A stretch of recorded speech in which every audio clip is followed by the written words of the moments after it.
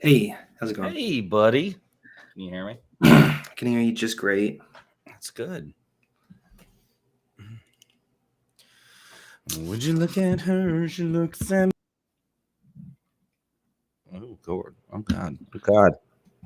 So, just What? to be clear, I haven't seen I didn't watch your debate, which I No, would it's okay. really It's would okay. really like to. That sounds like a fire It lineup. was impromptu. It wasn't even scheduled. Yeah, that's Literally, sick. I was getting ready for a pub crawl with friends, and I had some free time, and Pisco was already in Destiny's stream, and there were some Mhm. things I wanted to pick his brain about. And so, yeah. Yeah. But so I'll provide all the context. I think it'll be interesting to see what your take on it is, because I imagine you're going to hew more closely to being an institutional shill like Destiny Hey, than oh, yay. So we can fight by proxy. okay, sounds good. Yeah. I'm just a proxy Destiny, apparently. Basically, you have the Yeah. same animal magnetism. You use fewer F words, and that's basically True, it. And true. really, honestly, it's close. It's really close between you two in that respect. At least I don't have like red pill nonsense people just occupying my area constantly. Well, give it time. I'm sure, True, you true. know. So I'm just setting everything up here. Yeah, sounds good. But So I did watch Gavin Newsom's interview. I don't know which if I watched one? the full interview. I think I just watched part one. Which one? Because he did. So I gave you two links. One was his Big Sean Hannity interview, which is really, really good. Yeah. And then he did one with Alex Michelson, the Oh, issue is did guy. not watch Look, that. yeah, it's okay. It's okay. I've not seen them all either. So it's like a journey, man, that we're gonna be taking together. You know what I mean? For sure. No, totally. Do you get that? Hey, do me a favor, type in a restream chat and just test it. I don't. I might Like be an test idiot. like well, no, there is no might. You almost you are quite Where? certainly an idiot. But again, you're here basically for eye candy anyway. No, I know. So It's. I appreciate it. yeah. Where into the chat? So type like a comment on try on one of your like your Twitch or your YouTube or whatever. I want to see if it pops up on the right like it used to. You're gonna be my Okay, test dummy. hold on. So you use your keyboard, right? Yeah, So I that's know. how I you know. But here's the thing. One sec. yeah, so the keyboard is the thing with all the No, I letters know. and But numbers. here's the. No, I don't think you do, honestly. I don't think you're But very here's the thing. bright. I don't have on my right hand side just like a thing to do, so I have to go into like my Twitch. I swear, man. Like Oh I don't god damn know. it! I don't even know what we're doing here. Honestly, I really don't. I thought that this was going to be way more professional. See, like I do a thing with Luke Beasley once a week, Yeah, and he's got it together. But you, on the other hand, I you just know. like you don't know what keyboards are. Were you at a magic thing? Hey, you found it. It's working. All right, I hate cool. you. Oh, and it says like even on the side. I don't know if you noticed this. Like, well, no, it says on my chat function that you are paired. We're paired It's so cute. right I here. love Hey, buddy. it. Oh, Oh, no, mine's. Jesus. What Hold kind on. of malformed heart is this? There we go. There you Look at go. that. That's Beautiful. beautiful. Beautiful. All right. That's so cute. When do you do your thing with Luke Beasley? So Luke Beasley, my good buddy, Yeah. who is just like he's popping off, bro. He's popping off. He and I Yeah. do it is through Restream, but it's like for his channel, and Uh-huh. I'm like a guest host that like a co-host, a co-pilot, if you will. Uh-huh. And we do like once a week. We do it's political news. So he has a channel. I mean, you're familiar with it's like David Pakman. Yeah. Yeah. So now that we're resurrecting what you and I do, it's almost like a different thing where it's not so much news as it is like political or philosophical topics. Like you and I aren't just going to be discussing like, the latest breaking political news unless it's something like the Trump indictment, right? We're going to Sure. be discussing, like Cornel West running for president. That is political news. It's obviously not, earth shattering the way the indictment is, or even this Gavin Newsom, Sean Hannity thing. It's not, Gavin Newsom isn't running for president. The interview is like a week old, but I have not had time with another person to really go in and unpack it. For sure. So I like that we're going to kind of go into the weeds on very niche things, and we'll see what happens with it. So Yeah, no, I'm excited. It sounds good. no, I'm excited. I wonder which of us are more excited. When do you do it though? When do you do with because I might tune in sometimes. It's not live. Oh, I see. But wait, what do you mean sometimes? Number one, you were under the assumption it was live, and number two, you were gonna like maybe occasionally pop in. Maybe. No. I don't understand. I would watch and I would comment. You said maybe. You thought that it was a live thing, and you were like, "Hey, listen, every now and then, occasionally, if I've got nothing else going on," which, by the way, you don't. I might pop in for 5 minutes just not to pop support in. you. I would pop in the comments, right? I'm not. No, I'm not I mean when I mean pop in, I mean like you would watch occasionally. Yeah. Like it's you know what it is. It's kind of like having a partner, girlfriend, wife, child, whatever it is, and like, hey, listen, what's your sports schedule? Because I might occasionally show up to a game for 5 minutes, and then I'll leave and go do something else. Real quick, yeah. How often do you watch? What's the last TikTok that you've watched? I'm not on TikTok anymore. Exactly. I'm not. It has nothing to do with you. Thank you. You are constantly on. No, the YouTube. only place where I'm doing well, I understand you can't support me there, and it's okay. I love it. I respect it. I try to get you onto, by the way, everybody, please follow Staxioms on TikTok. It's basically the only thing he cares about. He clearly has no regard for his friends. So whatever. I'm not even bitter. I would love. I'm trying to move over to YouTube, but I post a TikTok and it gets like 200,000 views, and then I post it on YouTube and I get 30 views. You are like the instant gratification machine. That's all it is about. I'm still working on it. I'm just saying, like, I'm still posting stuff to YouTube. I'm just saying, it's a little bit. I'll post a TikTok way before I'll post a YouTube. Yeah, I know, and that has to change for you to break into YouTube. No, it's not about you trying. It's like, okay. I just posted a video. We'll get into that for a second. Why are you yelling at me when I'm yelling at you? So don't interrupt my yelling time. It's like the great Jedi Master Yoda said, do or do not. There is no try. And you are just like coming back with, I'm going to try, Master Yoda. I'm going to try. Everybody, please follow Staxioms on YouTube. He just dropped a video called And Yet. And it's really good. So it's and listen, I'm not going to have you describe it because I don't think you know it very well. Okay. True. Sure. You wrote it and starred in it, but basically it's like a 20-minute. What was the final breakdown? Because I thought the first video was about 20 minutes. It's 20 minutes, 21 minutes. Damn. Okay. I want to make sure I got it right. Yeah. And basically there's like a how do I want to phrase this? Because I'm not philosophically grounded. Would it be fair to say that it's supposed to be evocative of Sisyphus? Yes. Okay. Hey, you got it. It's literally this is so. That's so unimpressive. I mentioned like the myth of Sisyphus throughout like the entire video. It's all you talk about. And no, you don't. You mentioned it one time. The thumbnail is literally a picture of Sisyphus. So it's literally not, because I think there's like text on it too. So no, yeah, you misused the word literally. True. Guys, Stax is really dumb, but you should follow him anyway. Yeah, no, I appreciate it. It's my video is about absurdism and how it can apply to politics in your real life. That's what it's about. Please go watch it. It's really, really good. It's very well. It's and it's not like, how do I phrase this? Chatula says, greetings from Prague. Hello, Prague. And Chatula. It's probably a bot, but I hope not. I hope we actually have a wide Prague audience. It's not like a dry dissertation or anything like that. It's almost like a skit and like a theatrical monologue. Stax, you have like really good acting chops too. He's actually a Renaissance man, so he won't brag about this, but he is also really good with music too. True. He's a good music producer, a lyricist, a rapper. I think it's fair to say. I don't want to drop my okay. rap album that I made it when I was like fucking 13. Not 13, like 17, I think. Okay, but, well, it was pretty good. It was like it's not kids bop rap either. Like I showed it to Josiah and no one else. No one else is allowed to see. No one's allowed. You haven't even showed Sherbs. No, Sherbs. My girlfriend has seen it. Okay. Yeah, and she still dates you. Yeah, I know. I know. Oh man, too funny. Chatula says that he or she is not a bot. I don't know what your pronouns are, but Chatula says that they are not a bot. That's good. Sure. That's exactly what a bot would say, Chitula. True. Exactly. I'm on to you, Chitula.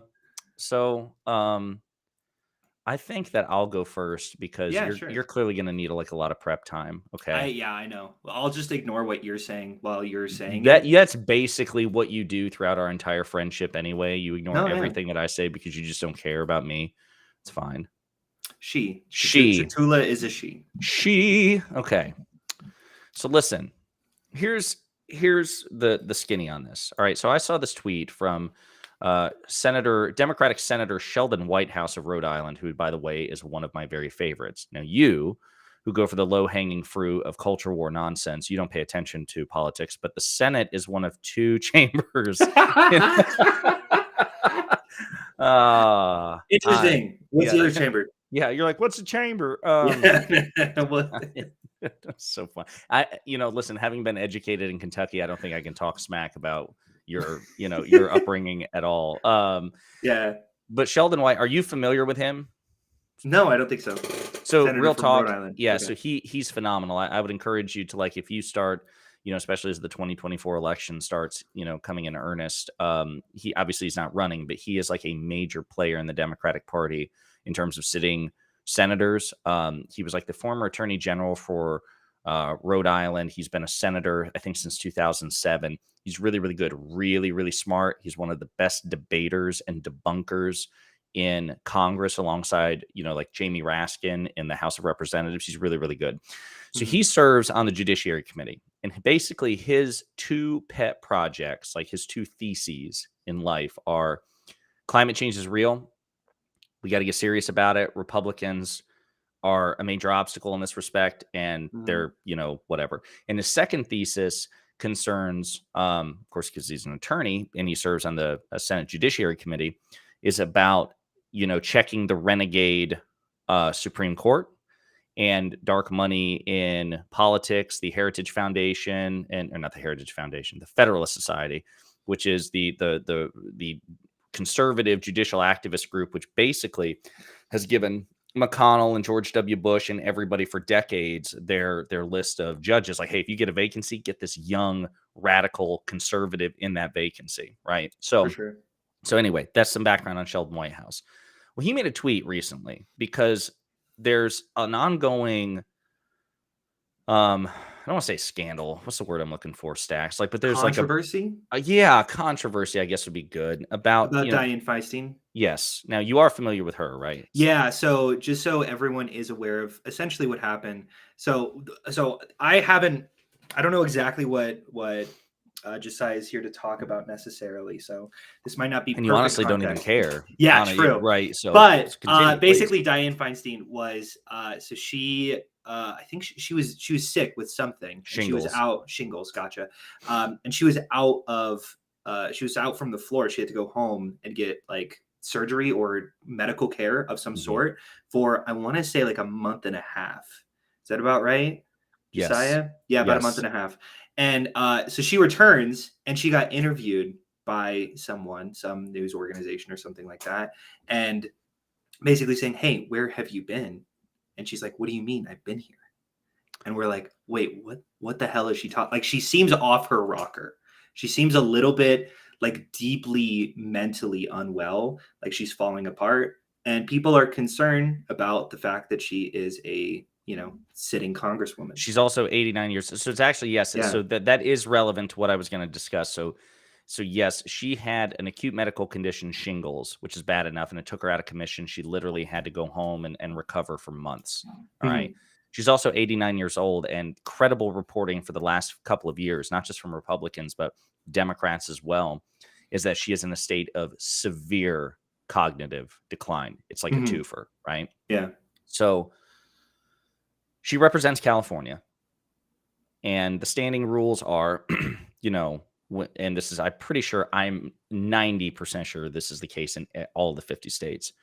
If a senator dies in office or resigns, right? So if Senator Feinstein took a turn for the worse, or if she chose to resign because of her health, her replacement would be appointed by the governor of her state, which in this case is Gavin Newsom, right? Yeah. So he would be able to appoint pretty much unilaterally whoever he wanted, which I imagine he would go for a young progressive, right? Which would be great.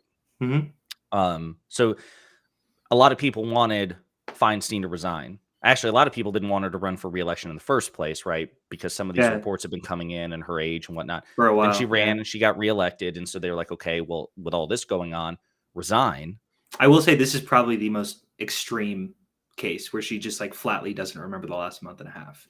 Like this has been the biggest signifier of Yeah, like yeah. I mean, compared, well, I severe mean, cognitive decay. well, yes and no. There have been, and I don't have the specifics. I do know for a while there have been, again, credible, like secondhand pieces of information, like she doesn't remember conversations that she's had with people, even though it's like Sure. 5 minutes ago yet. This one was so bad, though, because it was caught on tape. She Yeah. actually said it to a reporter, so it's Yeah. firsthand information shared with the country. But anyway, she ran for reelection. She got reelected. And then when all this started happening, progressives and Democrats, including myself initially, are like, oh, for the love of God, lady, for your own health, for your legacy, for the sake of precarious Democratic control of the Senate, please resign so Mm. Newsom can replace you with somebody else. Then Sheldon Whitehouse because he serves on the Judiciary Committee with Feinstein. Silver Seto says meep, bork, meep. I have no idea who that is, but maybe it's I a don't bot either. too. Or maybe it's also one of our many fans, one of our 8 fans from Prague. Yeah. Um, but or my TikTok followers. wait, My no, remember 35,000. 30 35,000. Oh my I don't goodness. know how many it is. It's You over 30 though. liar, you liar. He watches that number every It's single over day. 30. That's all I can say. No, I don't Go ahead. believe you. I believe it. Like when you wake up, the first thing you do before you like kiss Sherbs good morning, you pull out your phone, you go to TikTok, and you're like, oh yeah, 37,200 right there. I have a little app, a secondary app that just tracks the up and the down, and like I when believe people that. follow I and like you unfollow. say that Yeah. as a joke, but like knowing you, I believe that. That's all he cares about. If I were dangling off the side of a cliff, Yeah. and so was your phone with just a screenshot of your TikTok follower count, and you could only save one, you would save your phone. You would just Yeah. drop me. Yeah. I mean, my phone has everything on it, and you are just a person. So I should be everything. you're not. Oh, okay. Well, fair enough. Cami says Biden stands must be popular in Chechnya. Yes, it's true. It's true. All right. So Feinstein. Okay. So we were all pushing for her to resign, right? Please just quit. All right. And Sheldon Whitehouse kind of burst our bubble because he was interviewed by Jake Tapper, and Jake Tapper's like, look, you're getting called out by your constituents. You're getting called out by other Democrats. AOC is like, guys, get her out of here. It's not good for her. It's not good for Democratic control of the Senate. And Sheldon Whitehouse pointed out, if Feinstein were to resign from the Senate or even just the Judiciary Committee, because you can quit committee assignments, Republicans would have to approve her replacement. It would either have to be unanimous consent in which there are literally no objections to that vacancy being filled, or you would need a 60-person filibuster-proof vote in the full Senate. Yeah. And he pointed out Feinstein, her staff, she and her staff consented initially to a temporary replacement while she was out recovering from shingles, right? Because the Judiciary Committee in particular is one of, if not the most important and impactful Senate committees because it's the one that approves judges and nominations, right? Right. Well, when you have such a thin margin, like before we increased our Democratic majority in the 2022 midterms, every time Biden would have a nominee and the vote would be split on party lines, even though Democrats were in the majority, it would basically have to go to a full Senate vote, and then Kamala Harris would have to break the tie every damn time. So even though Biden's been filling judicial vacancies left, right, and center prior to the 2022 midterms, it took longer because Kamala Harris had to come in there where they had to do a full vote of 100 people. She had to break the tie. After the midterms, because we increased our majority, right, that meant that basically the nomination process for Biden's nominees was much quicker. It could just be done in the Senate Judiciary Committee because they had the votes to do it. Right. But when Feinstein is out sick, the majority shrinks again, and that gums up the nomination process. So when people were calling on Feinstein, quit, leave. She's like, no, I'm not going to quit, but I will let you guys fill my seat with a temporary replacement. Right. Republicans said no. They blocked it. Gotcha. So So do you understand what I'm getting at here? And this yeah, this precipitated, it's a catch-22, right? And this precipitated yesterday an impromptu debate for about 45 minutes between Destiny, Pisco, Econoboy, Lycan, and myself. Because, and most of us agreed, with the exception of Destiny, and I think maybe Lycan, this is an abuse of norms and traditions in bad faith by Republicans who simply don't want the Democrats to be entitled to the majority that they are entitled to by filling a right. temporary or permanent replacement. And so what I was arguing and what Pisco argued and what Conaboy argued is Democrats should just change the rules. Okay. If you're so hell bent on blocking Biden that you won't allow any temporary replacement or any permanent replacement because it would just make it easier for Biden's nominees to get through, and we can't get 60 votes and we can't get unanimous consent, then we'll just do a filibuster carve out and make it a simple majority, and we'll put whoever we want in Feinstein's place. I support that because Republicans are breaking the norms in bad faith, so Democrats should not be beholden to them. I think no. I do agree with you. I know you were expecting me to be, that institutional shill that I always am, but Right. I do think that generally speaking, if they're breaking norms, we should find ways to establish them, right? We should find some sort of rules that can structure our Senate. And if that rules favor us, I understand, but like at least they're carved out. I'm generally largely in favor of having that implemented by quite a bit. So when you say, and we don't have to be like legislatively precise with our language, but Mhm. when you say that it should be, did you say it should be codified? What did you say that the norm should be? Wait, so sorry. Let me make sure I'm understanding. Sure. So we got the Judiciary Committee, right? Basically, that. Okay. I know, I'm giving you a Appreciate it. thumbs up. Yep. So that position has been filled by Feinstein, and when Feinstein is away, is there a replacement? Has there No. been a replacement while there's No. been a month and a half? They blocked it. Gotcha. Republicans So blocked it. gotcha. And sorry, I feel like I'm a little bit. Sorry, hold on one second. Okay, yeah. So they blocked it, and they're saying any replacement that we have, the governor would be able to find a replacement for Dianne Feinstein in the Senate, but for the If she resigned from the Senate. So this right, tripped Destiny up a bit too. So I want to clarify. Number one, Feinstein's back. She's back, right? She's this image of right, her right now. It's kind of a moot point for the moment because she's back, but she's just being wheeled around. And not to be crass, but many people think cognitively and in terms of her health, she's hanging by a thread. So this could come up again. So this is basically dealing with the past and a potential future. If she were to quit the Senate, just stop being a senator, period, right. Gavin Newsom would Would have, appoint somebody to fill out the rest of her term.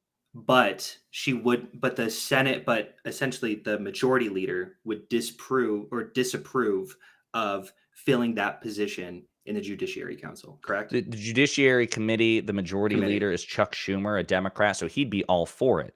But he would need Why would that position not be filled? Oh, because you need a 60 proof 60-person filibuster. You right. institutional shills. I love the filibuster. The filibuster's great. I've never said the filibuster is great. Yeah. I know Destiny has. I have not. Yeah. I totally understand that having a 60-person vote sometimes can just get in the way of progress made for this country, and it's basically arbitrary. It's hella arbitrary. Well, for sure.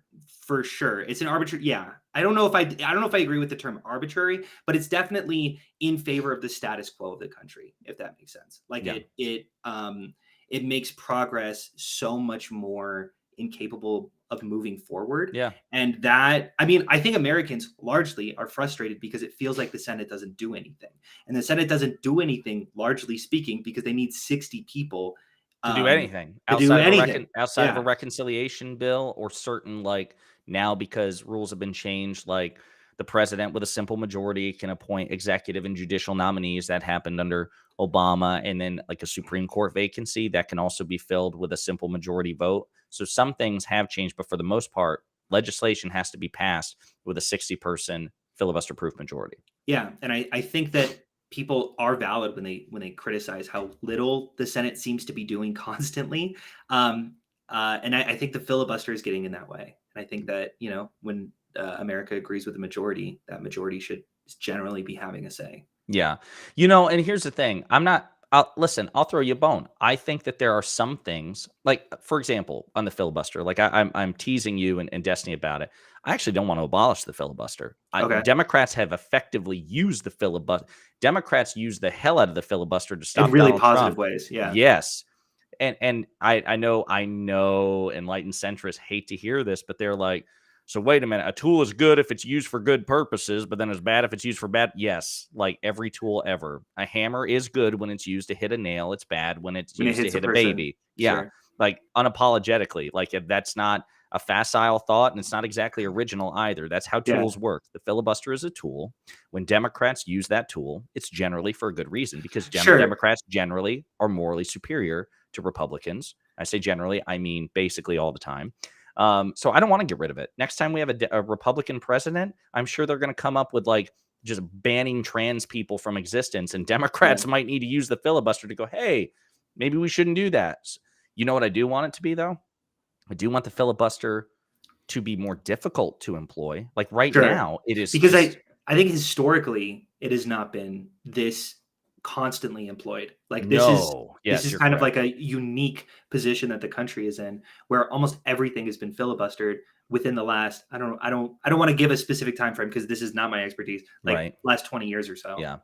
So yeah, so and it's so funny because like it's there's so much context to this, but yeah, so the filibuster was meant to be a relatively sparsely used tool, Right. and it also initially there was a lot of burden put on the party employing it. Basically, the idea was, and I'm giving you the 30,000 foot view. It's okay. Sure. If you want to employ the filibuster to stop the majority from passing legislation, that is possible. It can be done, but you will have all of the burden. The majority can kick back and just wait you out. They get to Right. coast, which they should be able to because they have the majority. If you want to stop it, the filibuster allows you a decent shot of doing it, but you're the one who's supposed to be standing there sweating your ass off in front of the lectern and running your mouth about the topic for 7 hours. It is a little silly though. Can we agree that like our entire legislative process comes down to whether or not you can read the dictionary? Well, here's the thing. That's unfortunately that's not even how the filibuster is really employed anymore. The way it works is so there's this notion called cloture, which means that you have enough people in the Senate to end a debate.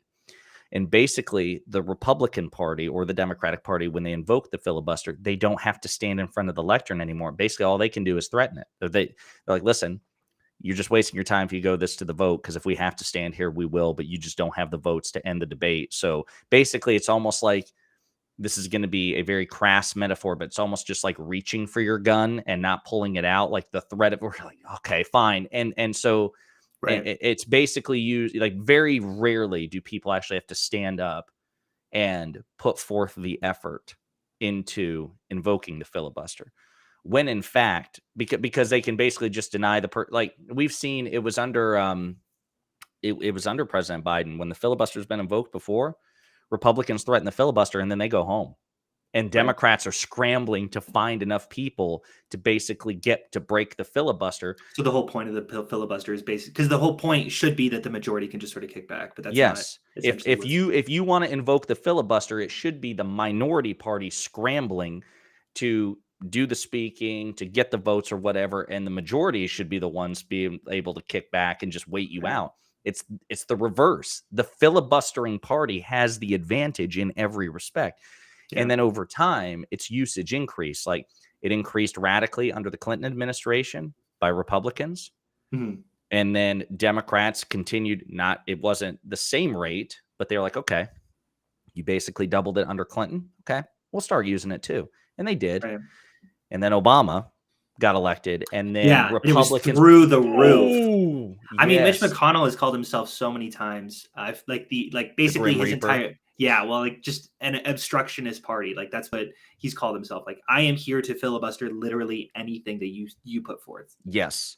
And so again, it's that's what I mean. Like, and getting back to the broader topic, to me, this is the whole point. Like, And this is one of my theses. I don't think it'll ever go away until I convince all the people I want to convince that I'm right and they're wrong, which I am and they are. But the idea is that you norms and traditions and systems derive their they're only number one, they are not the end. They are merely a means to an end. Okay. Right? This idea, the people who fetishize institutions, like, listen, the filibuster is inherently good. No, it's a tool. Yeah. Um, Majority rule is a tool, right? Like, because Right. we have seen institutions in world history, terrible institutions, norms, or whatever, that have had majority support, and they were No, no less terrible I simply 100% yeah, agree. No, I think there's a lot of cases in which democracy, we actually don't want people voting on very specific things. And the reason why we want democracy is because it's the best system that we've got right. right now, generally, to elect a person. Yeah, and it's the best one. I mean, short of, like, I don't know, us like synthesizing with AI and finding some sort of like inherently rational model, like it is the Yeah. best that human beings are capable of. But Yeah. the even if I agree that institutions are generally worth preserving, which I do, I think that generally speaking, if you're in politics, you should try to affect every end through the accepted institutions. Right. And then if you hit failure after failure after failure, and of course it's a calculated decision. It's like, what are the stakes? What is the issue? Then you should try to reform the institutions, change the institutions, and if need be, as President Lincoln did, break them. Um, Arian Collins says the fact that Mitch can block an elected senator in a state where millions of voters have no state representation is deplorable. It is, and again, I want to clarify here. If Feinstein were to quit the Senate, McConnell couldn't stop Newsom from appointing a replacement and Right. that person taking her spot, but it would be on certain committee assignments. On Right. certain committee assignments, like the Judiciary Committee, He could block it. yes, he could effectively block it, which So Republicans did. I'm curious what your prescription necessarily is. A filibuster carve out. I think the majority should be like, okay, you know what, to hell with this. You're not just gonna. I understand that your goal is to obstruct the president, and and listen, it would be one thing, and this came up during the debate with Destiny. They were like, what if what if the shoe is on the other foot and Republicans wanted to put on the Judiciary Committee this radical, insane, alt-right conservative, which very could easily happen given that seems like a sizable chunk of their Yeah. caucus. Yeah. I'm like, listen, it's different. It would be different if there was a specific person that Republicans didn't want on that committee because they found that person objectionable. That'd be one Right. thing. So let's Right. imagine a world where Bernie Sanders, because he's just my go-to example of somebody that Republicans hate because he's so relatively far left. If they're like, no, we don't want Bernie Sanders on the Yeah, but Judiciary Committee. that's different from just saying writ large, we don't want you to have a majority. Right. Yeah, that's unacceptable. Saying, no, Regardless of who you put in, we yeah, are going to disagree. Because it's very similar to when Obama was replacing most Scalia. concerned Scalia, thank you. Scalia. And Obama was like, okay, gotcha. I'm going to put in a fairly moderate person just to make sure it gets approved. And Mitch McConnell still was like, no, we are disapproving of literally anyone we are putting in. It does not matter the quality of the person. It is the fact that you have appointed them. That is the issue that I take. That is my issue with it. Yes. And blocked it. And yeah, we all know what happened. You absolutely, no, 100%. You get that. And that norm breaking also came up because there's this idea. I'm going to pick on him because at some point he may show up here. Wick from Wick TV is a friend of mine. I like him. You like him. He's a nice guy. I'll be on his show this Friday, by the way. Really? Yeah. You probably can't talk about the topic, can you? Because he's usually pretty mum about that. I don't know. He hasn't said to not say it, but I don't think he's announced the topic. Okay, then yeah, you probably shouldn't say anything. No. Yeah. But well, yeah, good, man. I'm glad to hear that. Wick TV. Yeah, you can see Stax there. We've got TV. I don't know what the issue is. I'm hoping Stax is on the correct side. Stax, whatever the topic is, if your position is generally that the left is better than the right, and whatever the topic is, I will back you because statistically speaking, when have I ever not done that? I don't know, man. Listen, I think at the end of the day, sometimes I will criticize the left, but like anytime it's put into perspective, yes. As long as you put it in perspective, I just want you to give. Here's what I'm going to do. I'm going to write you that disclaimer that I said you should always append to the beginning and end of any criticism of the left, and you can just read it off. You're like, listen, I'm contractually obligated. Here's Here's all I will say about the debate. I think it might be the left versus the left, and the left. No, sorry, kind of the more extreme left versus like the center left. And I think I am taking like the more extreme left position. Just so you know, I know this is crazy talk. I know. Is this Right here, Staxioms buddy. anymore? Hey, right here. Hey, give me some of this right here, baby. Come on, Oh yeah, yeah. appreciate it, love it.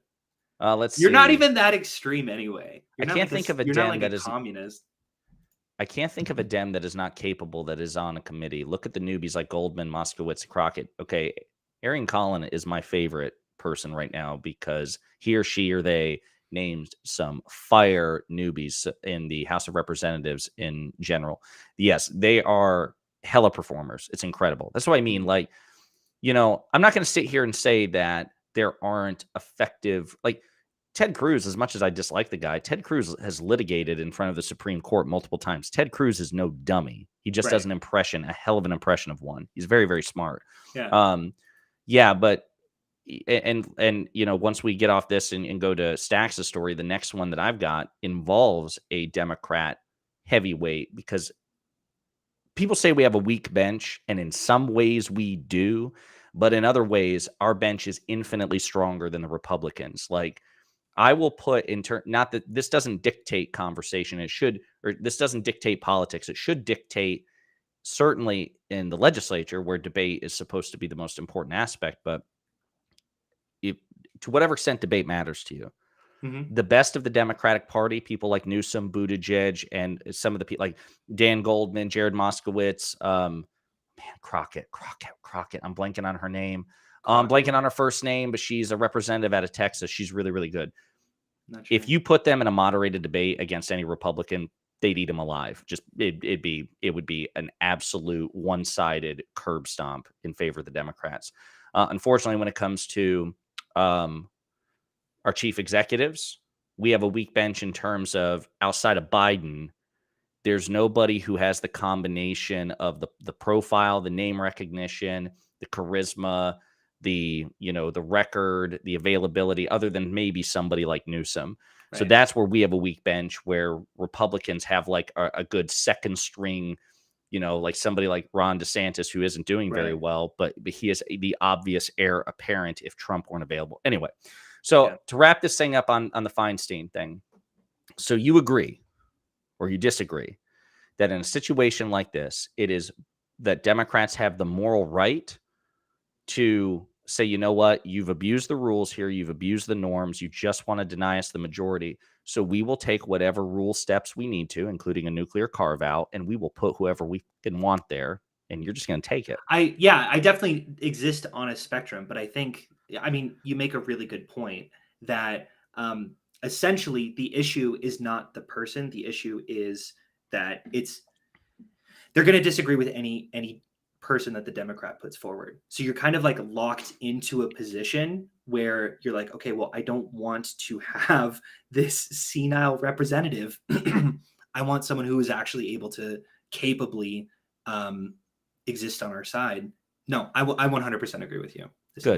Good. Yeah. You hear that? Stax is less. He's becoming less of an institutionalist shill every damn day. We will soon get him to the based position, which is that institutions are a means to an end. I've never disagreed. And when Democrats wield them, it's great, and when Republicans do, it sucks. I've never disagreed with that. I'm just saying let's be careful with crafting tools to make sure they can't hit babies. That's all. You can't make a baby hitting proof. Okay, maybe a bad example, but like generally speaking, if there are positions, that's his favorite thing. Yeah, I just get that's what I do in my free time. I just call up hammer manufacturers and I say, my nephew died because of your.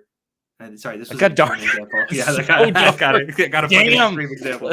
Yeah, I'm sorry. Why? No, just call them up and just start yelling at them. 0 to 60, man. I know. We were like, what is wrong with you? Now we'll never be able to show this again. I'm sorry. God damn it. I ruin every bit. You really do. This is unbelievable. So extreme. Yeah, I'm sorry. Okay, well, no, but at least I don't have a nephew, just to be so clear. You never mind. Okay, so like, okay. I'm sorry. No, it's fine. So we came to a completely consensus derailed on this. it. Yes, we did. So now do you want to talk about Cornel West? Do you want to talk about the voting? What do you want to talk about? I know I established myself as, generally far left, but I do have criticisms of progressives, and I do want to voice my frustrations with Cornel West for a Okay. little bit, I'm especially gonna do one people. thing here. I'm gonna let you Yeah, present it to the person to the people, our many viewers, and I've got to get yeah, my DoorDash. So I'm gonna take myself off camera while you present the very case. professional. Okay. Sounds good. All right. So essentially, Cornel West ran for, announced his presidency through the People's Party. My general frustration is it feels like leftists or pretty far extreme progressives seem to put forth only the most insane positions possible that are not realistic, that are unhelpful, and generally speaking, are worse than Biden. Because I'm all for criticizing Biden. I'm all for saying, hey, we need to have a more progressive position than Joseph Biden. But Cornel West's foreign policies are a little silly. And generally speaking, hey, how's it going, bud? I don't know if you heard what I was saying, but can you hear me? Okay, sounds good. Generally speaking, if we look at, hold on, I had it pulled up. Just one moment. If you want to send me the link, and then I'll share the screen. That way everybody else can see it too. Yeah, for sure. See, it's amazing how dedicated I am to helping you out. I wish you reciprocated. It's a one-sided friendship. True. What's for lunch, Ruminate? Chinese takeout. No, I lost it in the sweet and sour sauce. No. Yeah. You send me the link. There it is. Yeah, I did. Cornel West 24 for president. I know he's got your vote. True. And I want to out myself here. I don't think that this is stuff that Josiah knows about me. I generally get frustrated with these types of people because I used to be this type of person. You ready for Josiah and my friendship to end right now? I'm so scared to say this. I voted for I did not vote for Hillary Clinton in 2016. I voted for Green Party. I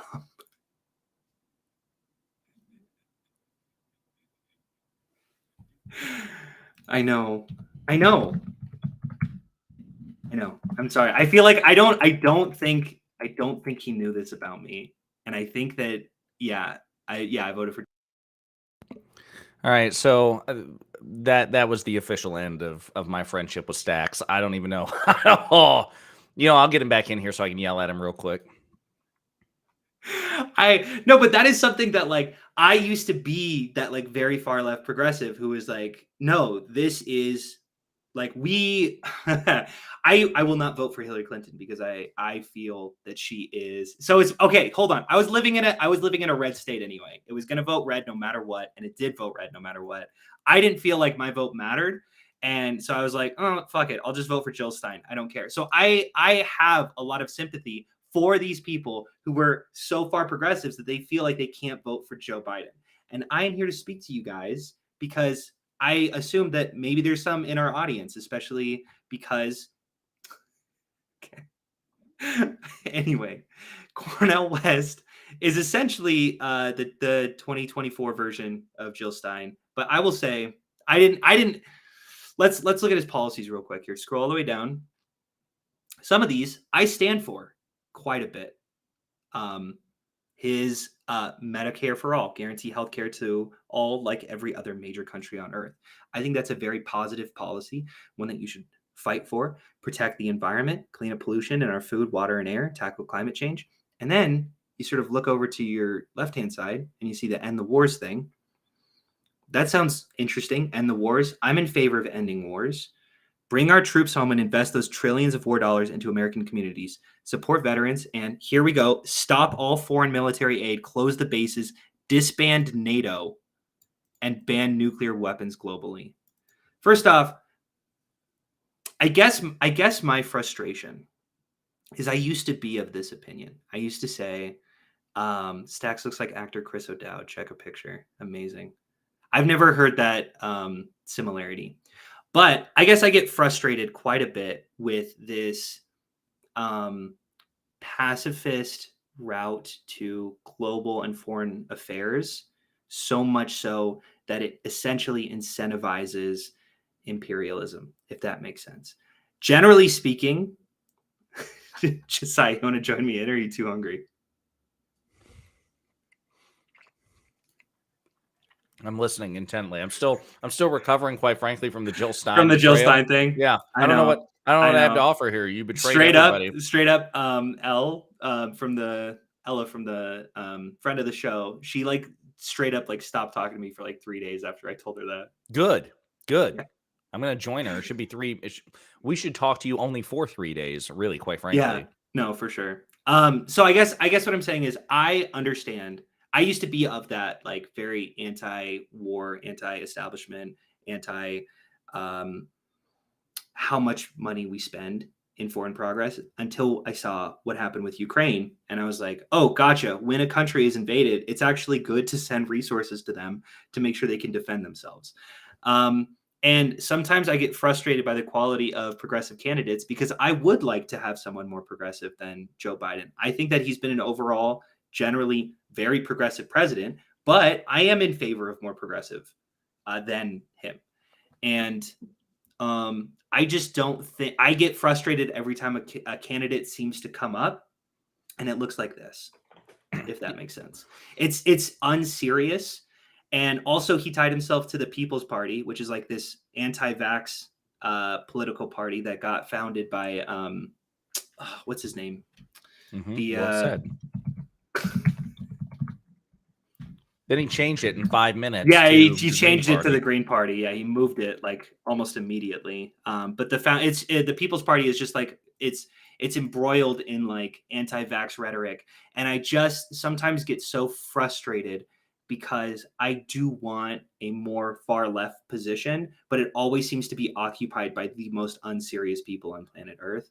And this is just a reminder to vote for Joe Biden because the alternatives are another Jill Stein where they're going to occupy 0.5 or like less than a percent of the overall margin. vote. Yeah. And really just like what was the point of all this? I don't really see one. So I'll say this. I'll weigh in since I have now enough calories in me to sustain myself. So Appreciate it. sidebar. Okay, listen, I was hungry. I was ravenous. I was out last night with friends, and it was a lot of calories. Okay, like it was a very active evening. Whereas I was out hanging out with friends, you know, being active, clubbing it up. What did you? What? Friends? Yes, friends. People who willingly, voluntarily associate with you, often in public and without shame. I feel like every time I get close to that, I mention that I voted for Jill Stein, and then they just that would be a friendship killer, 100%. Your friends, the only friends who would find that acceptable are Republicans. You would have Republican friends; they would love. Well, no, they don't really like Jill Stein either. Yeah, but they like the fact that you didn't vote for Hillary Clinton. That is true. Yeah. So whereas when you are out till 3 or 4 in the tell everybody what you do when you're out till 3 in the morning recently. I don't know what reference this is. What was I doing? What were you out super late doing? Your favorite hobby? Oh, you're making fun of the fact. Yeah, I went to a pre-release. It was a Magic the Gathering night, and I was there till like 7 in the morning. Yeah, it started at midnight. Yeah, that was. I'm sorry. Could you repeat that for? I was like last night. I went to bed at like 9 p.m. and woke up at like 6. It was great. Yeah. No, I'm sorry. Could you repeat that? Could you repeat what you did the other night? I'm sorry. What was that again? A pre-release? It was a Magic the Gathering event that I was up till 7 a.m. There were prizes for the top 16. I got 17th place, so well worth my evening. And there were 15 people. there were 15 people, but you still got 17th place. Yeah. So listen, okay. I will not be mocked for needing to calorie load. Okay, will not be derided by you. Having said that, though, yeah, it is profoundly unserious. Yeah, right? And that's just what it feels like. Yeah, go ahead. Sorry. Yeah, no, I was gonna say it's profoundly unserious, virtually impossible, and I think that obviously the president, you know, hypothetically, if Cornel West were to become president, which obviously he will not, the president is given enormous discretion as commander in chief over like the operational elements of the military, right? Like basically virtually all discretion. But in terms of like broad military policy, the president couldn't disband NATO. He would need congressional support to do it, and there are probably elements within NATO where he'd have to get the Yeah. other NATO countries to also agree. Like obviously we have the biggest say in Right. NATO, but certainly we're not the end all be all. Right. Precisely. I mean, and so it's also dangerous too. I mean, like the idea that, you know, and ban nuclear weapons. Okay, how would you do Like, what that? does that mean? Yeah, exactly. Exactly. What does that mean? Banning nuclear weapons globally? Because that sounds great. Oh, hell How yeah. do you do? I would love to just get rid of nuclear weapons globally. What that generally means is we will all get rid of our nuclear weapons. Russia will keep their nuclear weapons because why the fuck would they listen to us? They're our antagonists generally, and then just invade all of the Eastern European countries and like wage war continuously. And we just have like hey, as long as they're not invading America, it's fine. And Iran and North Korea would be like, sure, you can Yeah. ban all nuclear weapons. We don't have any to ban. And then they continue to do what they do. Yeah, Yeah. yeah, exactly. And it's just, it feels, I guess unserious is just the best way to put it. That like this all sounds so nice and dandy, but it's such an unrealistic and unserious way of looking at the world and way of looking at foreign policy. And I get frustrated with my fellow progressives because this is who we're siding with now. Like, Well, I I don't get know. Joe Biden isn't everything we wanted. I get it. But Yeah, so it's interesting on President Biden because I want to say this. Well, screw it. I'll just shoot from the hip. He was not my first choice in the primary. He wasn't my right, second choice in the primary. He wasn't my third choice in the primary. I don't even know if he was the fourth, to be honest with you. It I was 100% Bernie. It was agree. Buttigieg. It was Warren. I Warren, yeah. basically had everybody who was more progressive than Joe Biden ahead of Biden. Listen, Joe Biden is not personally progressive. I think, if left to his own devices, Joe Biden is just an establishment, kind of middle of the road Democrat who likes to be friends with everybody. Now, because the Overton window has shifted a bit, his version of moderate in 2023 is more leftward than it was in 2003, than in 1993, and so on and so forth. But he himself is not even, relatively speaking, in today's era, progressive. His administration, however, has been Yeah. the most progressive since Lyndon Baines Johnson or arguably FDR. Now, that Yeah. might not mean much to certain online progressives, but that has made a world of difference for people who are actually affected by policy, which matters. So I have friends that I follow on Twitter that are more progressive than me, who are they loathe Biden. And I mean, they dedicate their entire lives and their tweets to smack talking Biden and the Biden administration. And they're very much cut from the Breonna Joy Gray cloth, which just in terms of political efficacy, in terms of like the political, I have no respect for that. I can have respect for a person, but that particular viewpoint, which is just, if it's a choice between Hillary and no harm reduction. Right. Yeah. No Yeah. harm reduction. Yeah. If harm reduction doesn't factor into your politics, you just simply have an unserious, unsophisticated view of politics that really doesn't matter. Yeah. Right. And listen, I do believe, I'll say this, like I've also come to appreciate perpetually unsatisfied progressives, because I do think that the whole point is there should be a vocal element of the left that is also strategic, but that doesn't let people rest on their laurels. As much as I like President Biden, I think that if he weren't being constantly pushed by progressives, I think Joe Biden's instincts would be to kick back. 100% agree with this. So I'm glad AOC and Bernie are in his ass all the time. No, Mr. President, this isn't far enough. You keep going, you keep going, you keep going. And he should get that pressure constantly, because some of the best things to come from Biden's administration are because of progressives, because of Bernie Sanders, because of AOC, because of the Progressive Caucus in the House.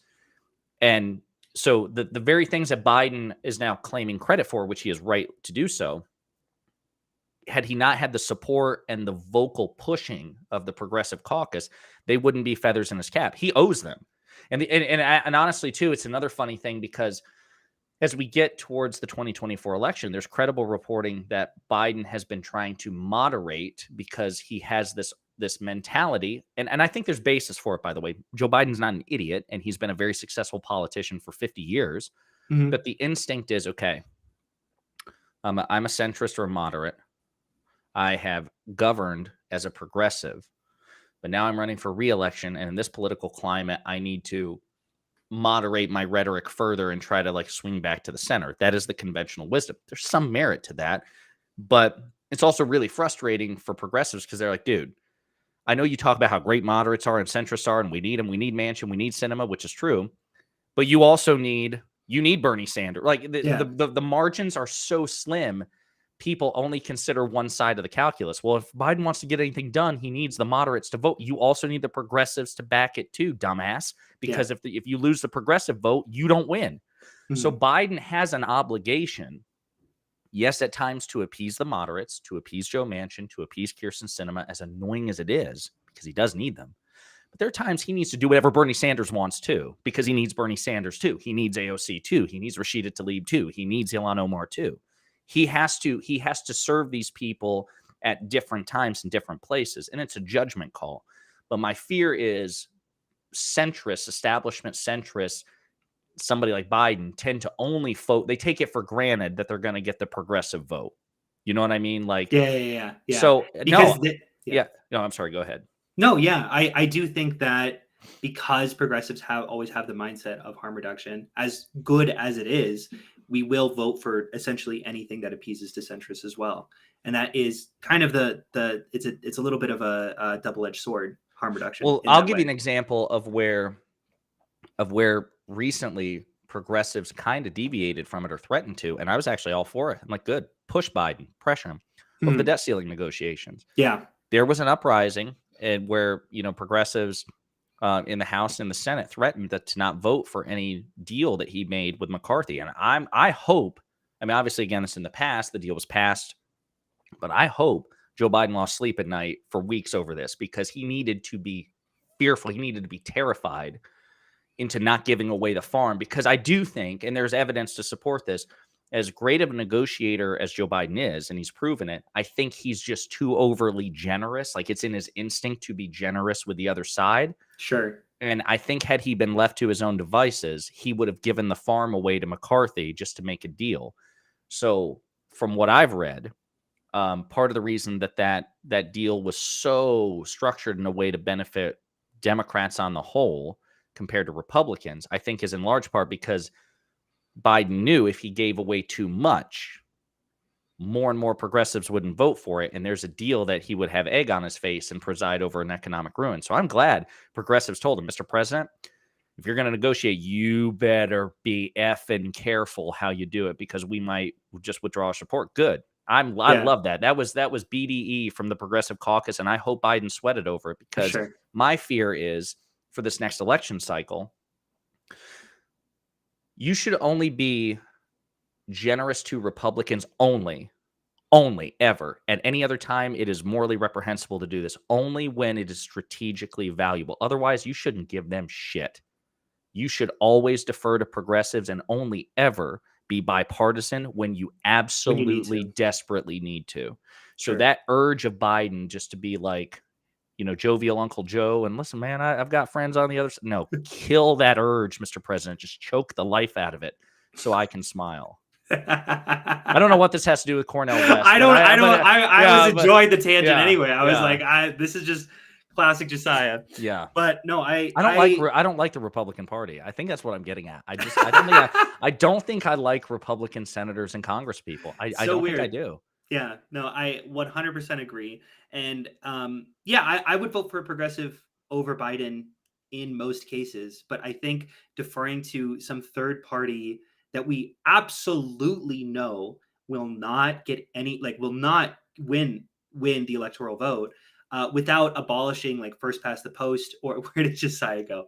Without abolishing first past the post, all of the ways in which third parties are disadvantaged. Let's eliminate those, and then maybe we'll have some ranked choice voting, and then maybe I'll be fine with Cornell West running. But it's just it's such an unserious person, and there's so many stakes, especially because like we're essentially like towards progressives, like, do you really want Trump to get 4 more years in office? And I hate doing that again, where I just keep throwing that over and over and over again. But that is the reality that we're Yes. living in. That is the reality that like it is Biden versus Trump. We Yes. have the incumbent advantage. We Yes. have like that is such a huge advantage that we have, is that we have like it's generally speaking very obvious in politics that if you are in office, politics gears towards the status quo and inertia. And if you are already in office, you are generally going to keep that office. We have Unless that you're a benefit. Republican, they tend to choke on the incumbent lead or the incumbent. The last time in True. like modern U.S. history that an incumbent has failed, it's been Republican presidents. It's Well, it was been Donald Trump. Donald Yeah. Trump, George H.W. Bush. Yeah. Yeah.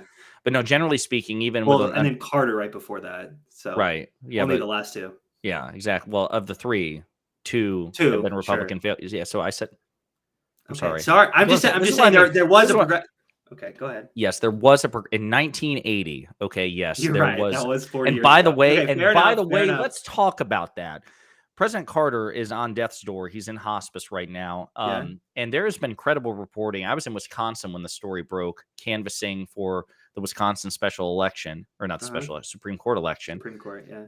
There was a New York Times op-ed in which one of the Republican strategists involved with this provided firsthand like recounting, because he was in the conversations, that the Reagan I don't want to say administration because they hadn't been elected yet, but the Reagan campaign was heavily pressuring Iran to not settle the dispute with Carter so To that make Carter Reagan, look shit? yes. And this is what I'm talking about, how this is nothing new. That is The insane. Republican Party, and I don't mean Republican voters. I'm friends with Republican voters. My sisters are Republican voters. I Sure. love Republican voters. They're people that I love. The Republican Party, the conservative thought leaders, this is a disgusting, morally reprehensible collective. They are inferior morally, intellectually, and in matters of policy in every single way Because I think it's to pretty the fair to Democratic say Party. I think it's pretty fair to say that that was the deciding factor Yes, for that election. Was the hostage absolutely. crisis. The single Like there was biggest one. there was I like even saying it was the number one, it was like that was 98% of the reasoning why people didn't vote for Carter was because of that hostage crisis. And you know what? Let's juxtapose Carter in this respect to Trump, because he's the most recent.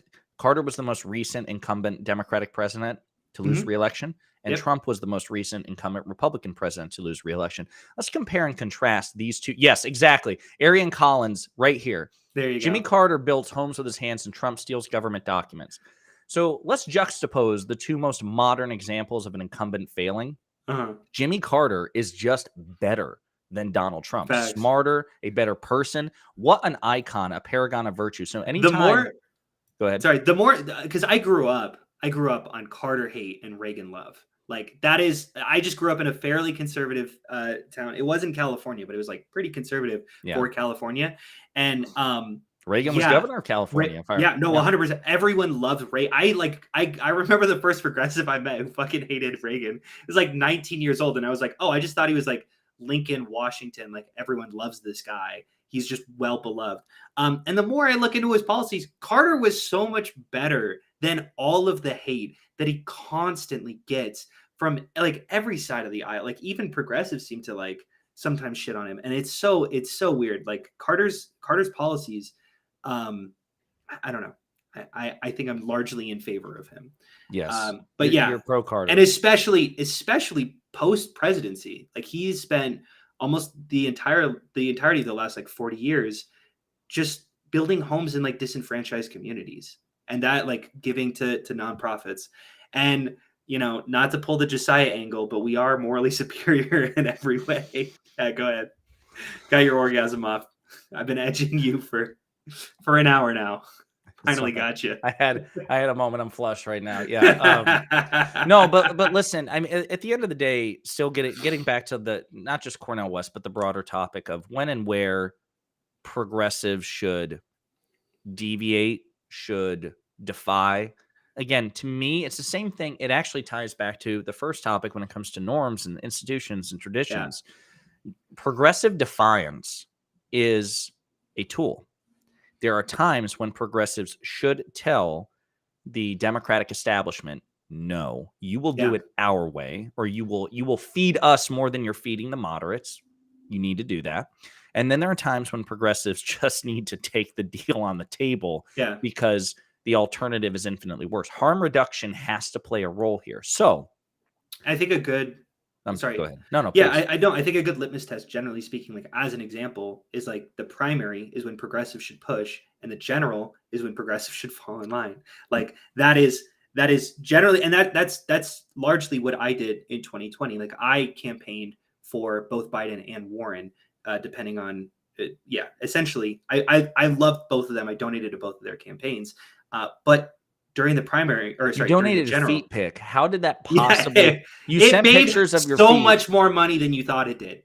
Then you would be surprised by how much my feet would have been. Stax's piggies, his toes are the reason that President Biden was Yeah. inaugurated because of the sheer financial value of your feet. You actually might have committed campaign violations because of the Is that a worth. problem? Yes, Oh, okay. because no, not because of the Oh, because it was nature. worth so much. Yes, there are I limits, see. man. Yeah, yeah, yeah, Your yeah, yeah, feet yeah. are like a That's commodity. dark money. It is. Is my feet.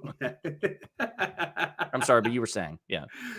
um no, yeah, I 100% agree that we should vote, we should fight for better candidates than Biden during the fucking primary, or sorry, during the primaries, during when Trump is president and we need a replacement. We should fight for the most progressive person possible. But God damn it, when people are voting, when Biden wins the primary and we're moving on to the general, we need to realize, okay, we have two choices. We can either waste our vote on Jill Stein. I mean, sorry, I don't know why I said Jill Stein. That was a weird Guilt. little, Guilt yeah. is what that was, baby. Guilt. All right. You felt, and you should feel generally disgusted with yourself. You're a monster. Anyway, I'm sorry. Continue. Yeah, when you vote for Jill Stein, but like you need to acknowledge that essentially you're throwing your vote away because you see Joe Biden and Donald Trump as the same. Like you see the Democratic and the Republican institutions as inherently the same. And Cornel West has said this himself, that he sees Republicans and Democrats as just trees and I forget the exact quote, but he basically just says they're of the same vein, of the same root, and it just feels completely unserious. Is just the word that I'm going to say constantly over and over about this candidacy. And it's irked me a little bit, mostly because I see myself in people who are voting for Cornel West, and I think that's why I want to speak up so much about it. No, it makes perfect sense. So for the next like 22 minutes, because we have a hard stop at 2:30. And by the Yeah. way, I like this format. We have done. I don't want to. I think we've done pretty well with this Stacks. I Yeah. think like it's mostly been me. You voted for Jill Stein. You're I mean, I'm so It's fair. infuriated with you about that. If you want to make fun of me, I honestly kind of deserve it. Like I do want to get not bullied. kinda. Like no, not kinda. I did this so do. that I knew that I would get bullied, and I want to get bullied. But That's good. It just gets me. That's good. Bit. Well, listen, we don't king shame around here. So yeah. let me just do something here real quick. Yeah. Hey, start talking and tell me if you hear that echo. Okay. Yeah. Okay. So this is when we play this clip and you want to offer something, just tell me to stop and I'll pause it, take it off screen, and then we'll talk about it so there's no echo destroying your ears. So last thing I want to talk about before we wrap up is the Sean Hannity, Gavin Newsom interview. Now it's an hour long. We obviously will not get through it all. I want to play and we'll bounce around and stuff like that. But I've got according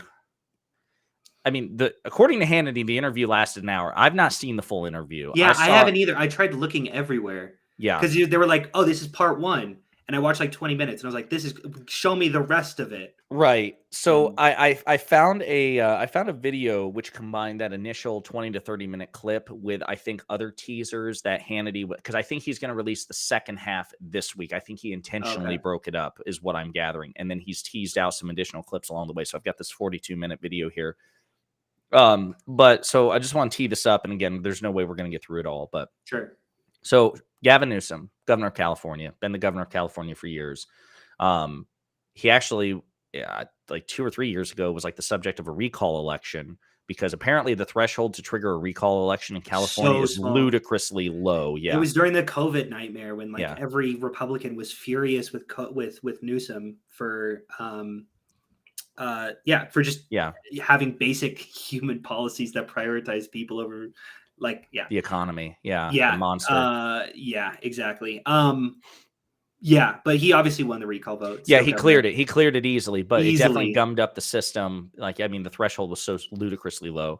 But anyway, so Gavin Newsom is, how do I want to say this? It's interesting when you contrast high profile Republican governors with high profile Democratic governors. So the two that jump to mind immediately, and honestly, the two that jump to mind immediately on the Republican side, obviously Ron DeSantis. DeSantis, even Yeah. before he was running for president, Yeah. Governor of Florida, Republican, Governor Greg Abbott of Sure. Texas. Texas. Yeah. The only real Democrat that I think of in those terms is Gavin Newsom, and not to say. So and I said this on my own channel. There are very effective Democratic governors like J.D. Pritzker, Gretchen Whitmer, but they don't seek the national spot. I guarantee most people could not pick Pritzker out of a lineup, Yep. right? But that man is just grinding away with a Democratic Well, trifecta. Just one, yeah, yeah, and to be fair, it's because these states are so huge, right? Like right, Texas, Florida, California. These are right. some of our largest states. Now Maybe not Florida, but well, I mean, in terms of population, yeah, you're talking about top five yeah. right there. The other Is one that Florida I was top going to five? say was New York, Governor Hochul, but Mhm. she is not. I think she's certainly among the most high profile Democratic governors, but I don't think she has I the wouldn't same call her high profile. Yeah. You wouldn't? So yeah, so there's debate there. Obviously, Well, like she. she's Go ahead.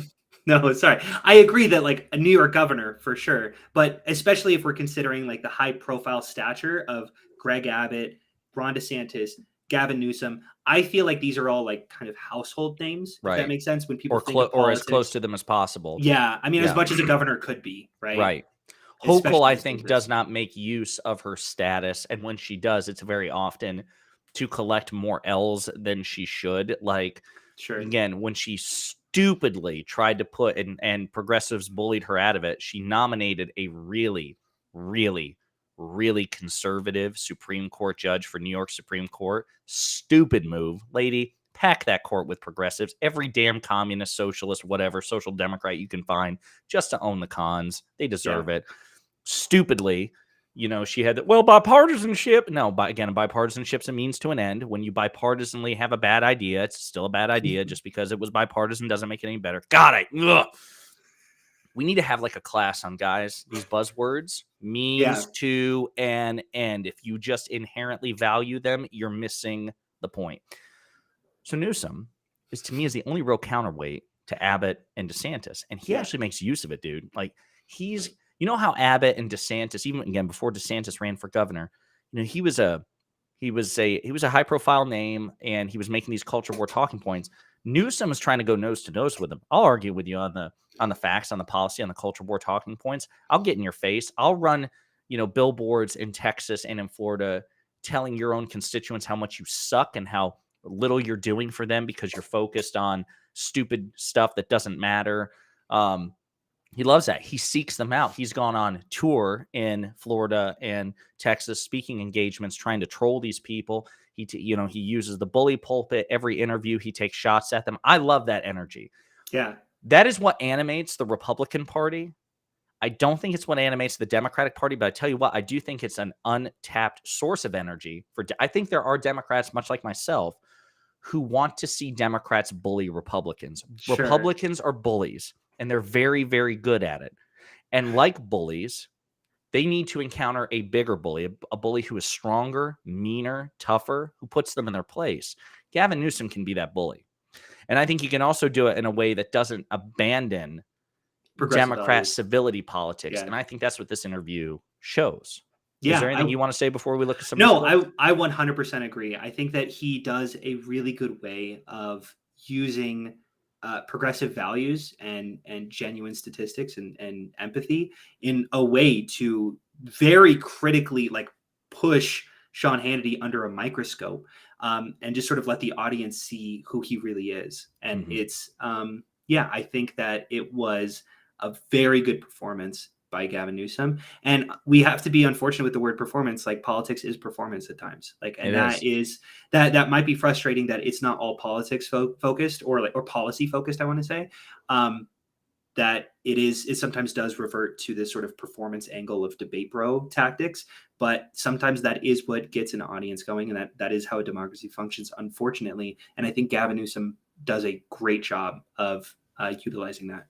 Couple of things before we get started, because I don't want to ignore the comments. Mhm. Fogg said this earlier when we were talking about Iran and Reagan and Carter, and someone gave the order for the Marine helicopters to remove the EAPs, engineer particle separators, from their engine intakes in the desert. I honestly, at first, I was like, this must be a bot. I have no idea what the hell he's talking about. But then he pointed out, because I forgot that there was an extraction attempt of the hostages. And he says that was the technical reason, like the mechanical reason the hostage rescue attempt failed. So interesting piece of trivia. And then Arian Collins said, question for you two. Newsom reminds me of Bill Clinton. Nuances. What do you guys think? Yeah, I can see it. I mean, Bill Clinton is the single most charismatic president, in my opinion, in modern history, more so than Barack Obama, more so than Ronald Reagan, more so just the man just exudes smoothness, right? Sure. Yeah. Newsom's not quite at that level, but in terms of trying to pitch himself as palatable to all elements, because Newsom, like Bill Clinton, tried to reach over with that, third way. Clinton was like third way politician where he's like, listen, I'm going to be socially liberal, but fiscally conservative, which would be unacceptable in today's age, certainly because the Overton window shifted. But that was his way of trying to make a big tent party for everybody and appeal to moderates and conservatives. I think Newsom tries to do that as well in his own way.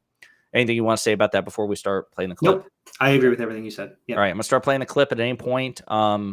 You want to stop? Just say stop, and then we can unpack it. And again, there's no way. We have 15 minutes left. There's no way we're going to get through half of this, but I just want to play some of it. All right, so I write you. This got a lot of pickup, I'm sure you saw as well. Yeah. And I'm like, okay, I want to do an interview. Yeah. But I don't want to do an interview. I want to make sure the audience understands up front. This is not going to be me. I want you to answer and give your views. I would say you represent probably about half the country, your views, and the other half represents mine. You agree? We're kind of divided. Plus or minus, certainly divided. Yeah. No question. I mean, we're polarized, we're traumatized. We clearly are in these, and we're in these echo chambers. I mean, let's be candid, Sean. I mean, your folks are watching you and getting a certain perspective, and my folks are watching other networks getting a certain perspective we as have well. Studies that show a lot of Democrats watch me. Well, including me. So I'm here for a reason. To wit the point, though, I think we need more of that cross-pollination. We need more of these kind of conversations, and we need to not just accuse each other of misleading the American people, but I think confront each other in the context of providing opportunities to address some of the facts that are often omitted in terms of the conversations and topics we choose to pick up. So what I see is, I don't know how you reconcile some of these differences. Now, you either believe in secure borders and law and order, and people that want to come into our country have to do it legally. I'm the product of that. Right. Or there are people that want open borders. You believe in defund, dismantle, no bail laws like cities like in New York, where the show originates from, or you believe law and order, safety, security is a prerequisite for the pursuit of happiness. You want energy independence, or you don't want any domestic energy production. I mean, how do you reconcile? Well, I don't. So before he gets into it, incredibly weighted language. I just want to say that, like, you could pivot this in a lot of different ways. You could say energy independence to like really pivot fossil fuel in a very positive light, or you could say destruction of the environment. Like it's sometimes infuriating to hear like these incredibly loaded languages. And I mean, Newsom hasn't responded yet, but he does pivot. You see it in the opposite face. Yeah, you see it on his face where he's like, I'm trying to be super polite here, but like I take issue with the premise. Like, okay, yeah. Well, and also the fact of the matter is, and this is the other thing, just real quick, and we won't, and Newsom will get into it more. We are energy independent by even Hannity's own standards. Yeah. Fossil fuel, productivity has not declined under President Biden. And you can pivot it where like you can acknowledge, right, that the world is moving towards cleaner energy. And if we become the forefront of it, we become the hallmarker of energy independence. And the one to gain from it the most. If that's really the only motivator for you, then you should be not. like, It's clearly not. Yeah. Right. I don't see those binaries at all. Quite You the don't see it at all? No, I don't. I mean, I want border security. Democrats want border security. We also want But you don't want any walls. I want comprehensive immigration reform. I want to actually address the issue more comprehensively, just like Ronald Reagan did in 1989. Just like, and with respect, Sean, you promoted yourself with the Gang of Eight and bipartisan legislation that got 68 votes in the Senate, only to die in the House, that could fundamentally address this issue, which is the issue. So I don't see those. But I always binaries. had as my position, build the wall first. You're against building any wall. I know. I have no problem with the 650 plus miles we have on border walls. I come from a state with the largest, I mean, San Ysidro is the largest land port in the Western Hemisphere. I don't need to be educated on the issue of the border or issues of immigration policy. One thing, Medi-Cal for illegals is $2.7 billion to the state. And how many billions are we spending for uncompensated care? People end up in the emergency Can I ask you, on the back end, wasting taxpayer money. why is it wrong to just demand, if you want to come to this country, obey our laws, respect our borders, respect our sovereignty, apply, come in, and we can expedite the application process. The latter part. Now you're having a conversation. Yeah. Sorry. So I always get irked by this because this is something that I feel like I've read an article about this ages ago. But And I'm listening to you, but I'm gonna put a mouthful of my food in, so I'm gonna go off camera, no but I worries. can hear you, so keep talking. Okay, sounds good. I think it's a perspective or philosophy of conservative pundits or just conservative people writ large. And it's sometimes called like the stepfather opinion, where like it's basically like, hey, it doesn't matter what the outcomes are. It matters that we are harsh or that we are essentially being negative, if that makes sense. Like we are being harsh and strict. And that matters more than anything, because Newsom brings up a really good point. Like, hey, this actually saves money. This saves money for the state. Bringing, sorry, hold on one sec. Bringing healthcare towards people who are illegal immigrants, we are losing so much money because of the back end that happens at hospitals when people come into the ER with care that they did not seek initially. We are saving money by meeting it by stopping it at the impetus instead of at the end. And yeah, and Hannity just goes, look, it's about principles. They broke the law. They need to suffer. Right. It's so infuriating that like they can't see means to an end, right? It seems to be the thesis of this episode. Means to an end. This is, you can disagree that illegal, you could say, hey, I don't care. They broke the law. They should be punished. Yes. Well, what about saving money? If you care about fiscal responsibility, yes. Like if you care about. Well, here's the thing, because I want to play some more clips, so I don't want to harp on it for too long. Sorry. But yes, no, I completely agree, because and Democrats have got to be better about, with agility and alacrity and concision, just like Newsom is, and saying it often. We have to. Facts don't speak for themselves. Democrats have got to get that under control. Yeah. Facts do not speak for themselves. Democrats are better as a party on the economy. That is simply a fact on every metric. They are better on fiscal responsibility on every metric than Republicans. And we need charismatic, well-spoken Democratic operatives to persistently, insistently reaffirm that again and again and again and again and again. And what you have Newsom doing here is saying, listen, you claim to be about fiscal responsibility, right? Your way is, like you said, the stepfather approach. Loses money. It's a virtue. Well, it's a virtue signal. You're just being a dick on principle. Yes. It's fiscally irresponsible, you moron.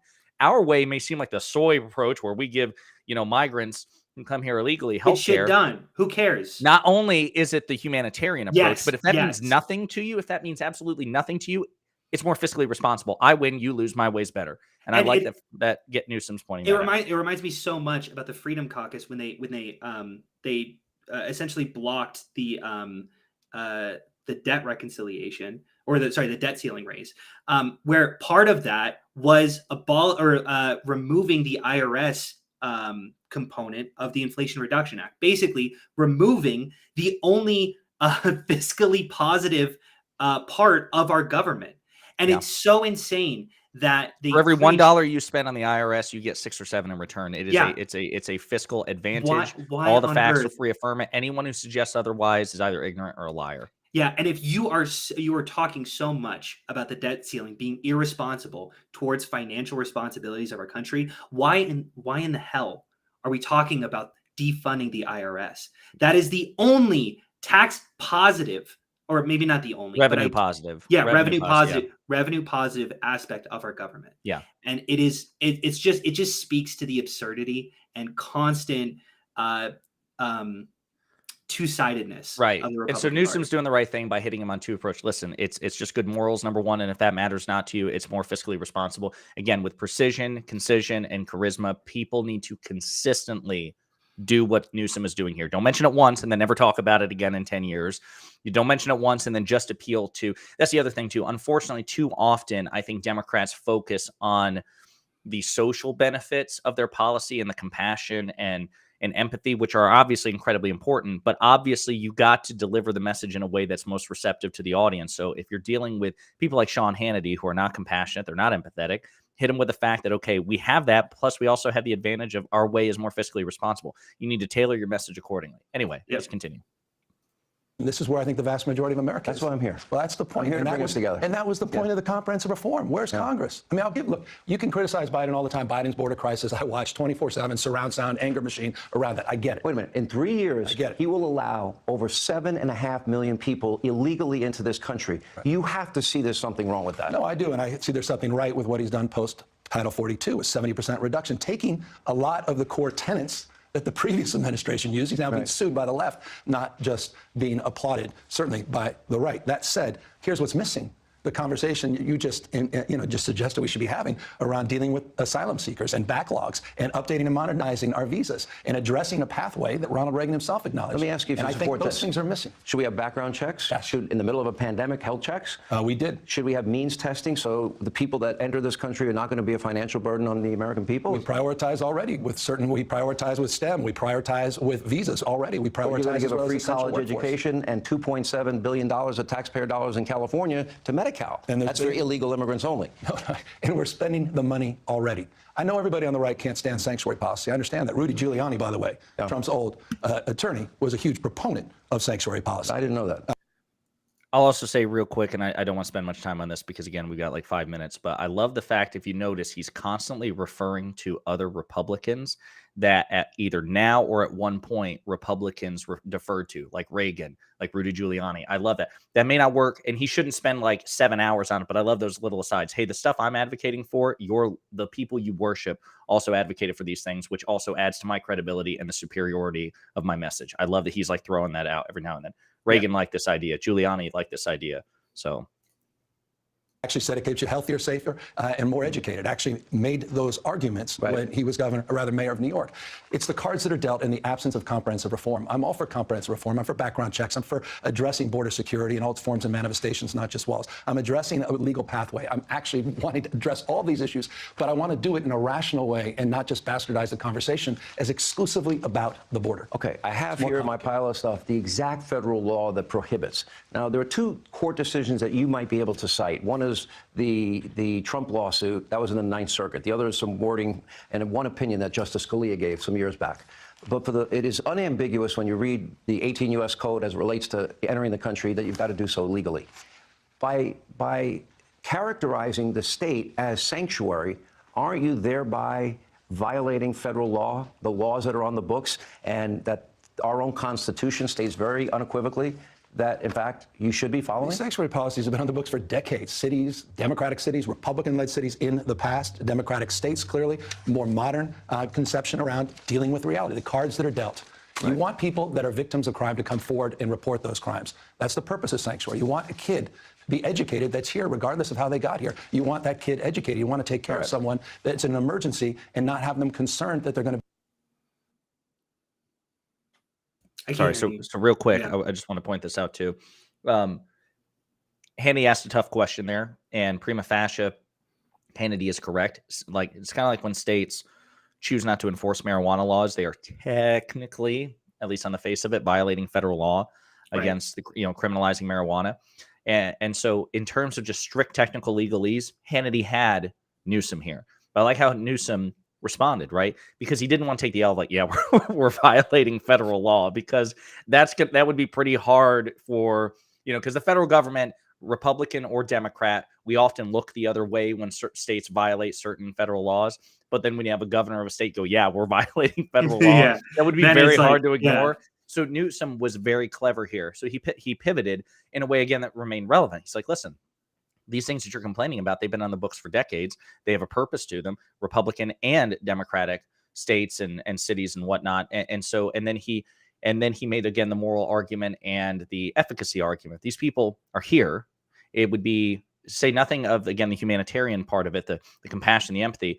It'd be logistically impossible to deport them. So what are they going to do while they're here? Well, we should educate them. We should provide healthcare, because not only is it fiscally responsible, it would make them better citizens. It's just also the right thing to do. Like I love that. Just, and he doesn't like scratch his head. He's not, he is so well prepared for this. Anything you want to add before we? No, yeah, I think I mean, generally speaking, immigration just sort of drives me insane, because it's one of the best ways. It's one of the most positive drivers of a positive economy and growth for the GDP. And it's frustrating that people who care so much about fiscal responsibility, as we said before, talk so much shit about immigration, when that's one of the huge reasons why the U.S. leads the world in GDP growth, and why California has like the 5th largest economy in the They're world. about to become, as he says later on in this interview, they're on track to become the 4th largest economy in the world. Yeah. Eat your heart out, Germany. Yeah. So actually, we do not have time to play any more of this. So we're gonna have to come back to this. But it's such a good interview, and Newsom in my opinion, it used to be Buttigieg who set the gold standard for debate performance. I think Newsom gave an even better. Now he needs to be iterative in this. He needs to consistently demonstrate it, like Buttigieg has.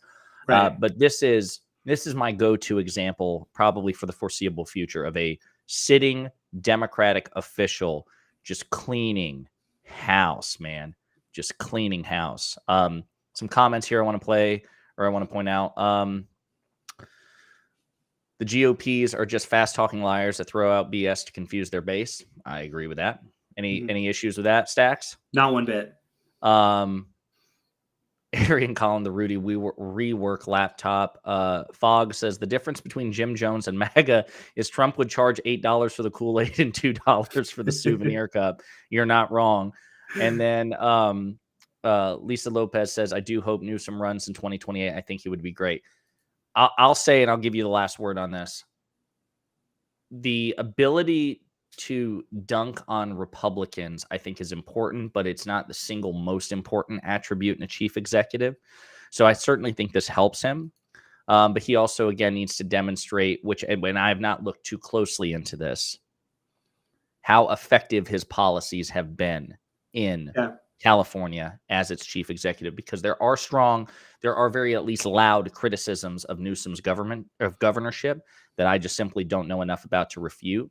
Sure. He makes a very stalwart defense of those policies in this interview. He also accepts criticism. He also comes out and says, with respect to the homelessness situation in California, he takes ownership for it. He's like, we're struggling with this. This is an issue that we have struggled to correct. I have made mistakes, and like that, there's a humility there too. But I will say, this inspires me. I would like to see this type of energy from President Biden, number one, but number two, for all other Democratic leaders in Congress, in the executive branch, governors, whatever. I want to see this sort of energy where they're fighting with facts and they're rejecting false premises, and they're doing it with a smile, but they're also not just taking it lying down. They're coming like, no, you're wrong on this. Here's blah, blah.